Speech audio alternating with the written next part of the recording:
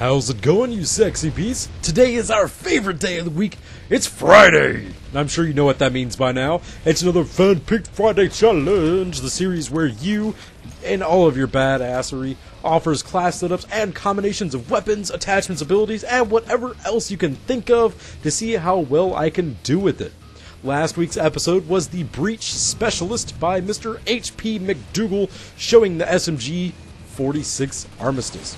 If you would like to make a suggestion for next week's episode, go ahead and leave a comment in the section below, and I'll choose one of the most upvoted comments for next week's Fan-Picked Friday Challenge.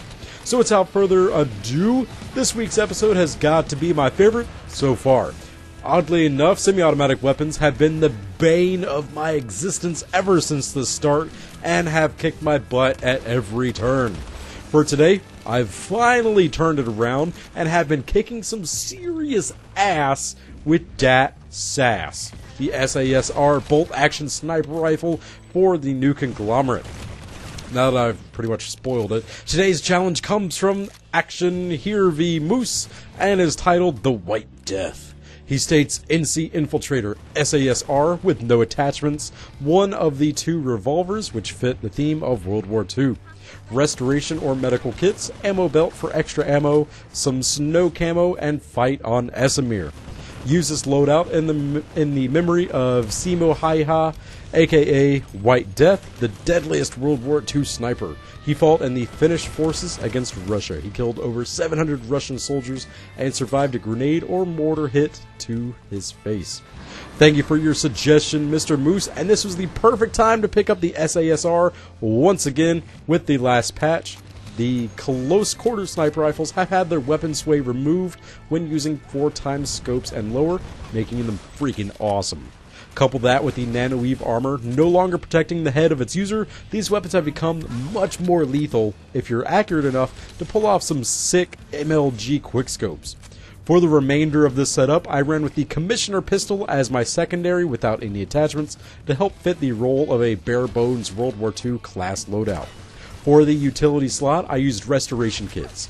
Also, since I've been kinda crunched for time to make this video, not all the gameplay is on Esamir, so I apologize for that. An alert occurred on Amarish and drew away all the populace, but I've got some really awesome gameplay to make up for it. Also, the Terran Republic and Banu Sovereignty equivalent of the SAS-R are the TSAR-42 and the Ghost, respectively. So let's go ahead and jump into the statistics of dat SAS. It deals 750 damage maximum up to 10 meters and falls off to 550 damage at 75 meters. With this last patch, its maximum distance for a one-hit kill headshot is capped at 200 meters, meaning you can't snipe with this weapon at extreme long ranges. Not like you'd want to, anyway. It has the fastest rate of fire compared to all bolt-action sniper rifles at 55 rounds per minute. It's got a standard 5-round magazine with another 35 rounds in the reserve. Short reload speed is 3.15 seconds with the round still in the chamber, and a long reload speed of 4.5 seconds with a completely empty magazine.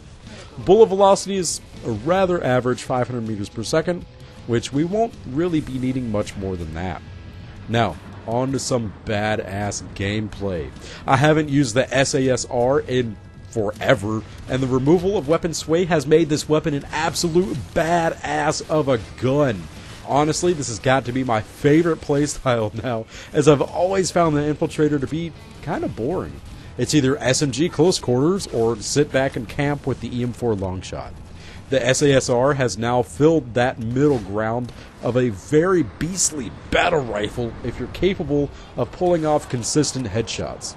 Even if you're not, then a chest shot and commissioner body shot follow-up is a very devastating combination. Like I've said earlier, since nanoweave no longer protects against headshots, this weapon is just downright amazing. There were plenty of times where I could easily dispatch my opponents with a single shot, even when engaged in close quarters. This did make a few tempers flare, and a couple accusations were thrown about, but it was just fun as hell, popping domes with such ease. Running this weapon is the epitome of high risk, high reward in Planetside 2, as every kill you get with it is just exhilarating, as it's such a high skill ceiling gun. Mastering it will surely take time, but it will more than likely be time well spent. I didn't nearly get 700 kills as Simo Hi-Ha did, but running around with iron sights and a sniper rifle, much like he did during the war, was pretty freaking cool. My old setup included a 3.4 times scope and suppressor, but it seems as if the bare bones aesthetic of the rifle makes it much more intimidating and awesome overall. Also, for whatever reason, I was keeping a high 5.0 kill-death ratio while running with the setup, which I honestly was not expecting to get anything near that. The way to make or break this setup for yourself is properly utilizing the Infiltrator's cloak. If you're using it just to move from the spawn room to an elevated sniping position, then you're kind of more than likely doing it wrong.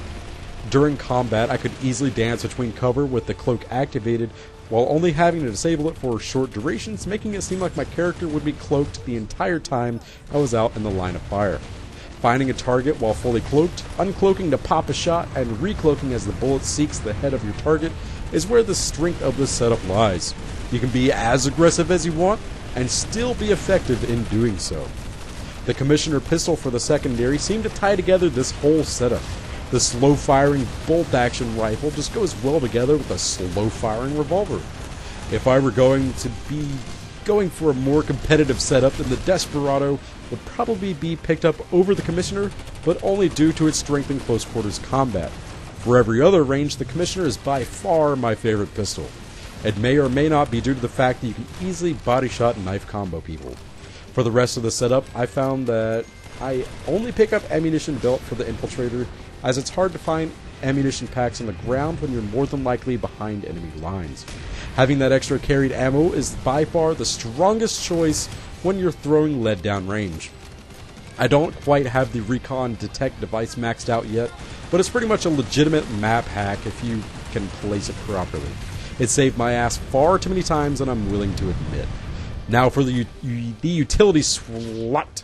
I ran with the Restoration Kit, since it's all I've sorted into for the Universal Class trees. This is mainly due to my lack of knowledge back when I first started playing the game, and would strongly urge you to use the Medical Kit while running with anything but the Heavy Assault. I say this due to the Infiltrator Cloak pausing any type of regeneration, be it health or shields. If you're hurt and running from hostile fire, then getting a full heal instead of a heal over time will mean that you can instantly hit your cloak and have that extra inch of breathing room. Overall, this has got to be my favorite Fan Pick Friday challenge to date, and I think I'll be probably saying that every single week. This might be my new favorite class setup to run in-game as well, since it's just so rewarding going on kill streaks or getting that clutch headshot to save you from utter death. Thank you once again, ActionHirvi Moose, probably mispronouncing your name, for your suggestion of the White Death setup featuring the SAS-R bolt-action sniper rifle. Hopefully you guys enjoyed this week's episode, and if you did, please give it a big-ass thumbs up. If you'd like to make a suggestion for next week's episode, go ahead and leave a comment in the section below stating any weapons, attachments, class, faction abilities, or whatever else you can think of. Remember to upvote other setups that seem badass, as I'll choose one of the most top-voted comments for next week's episode. Thank you all so very much for watching, and if you'd like to see more videos like these, then go ahead and subscribe. It is 100% $500 worth of free.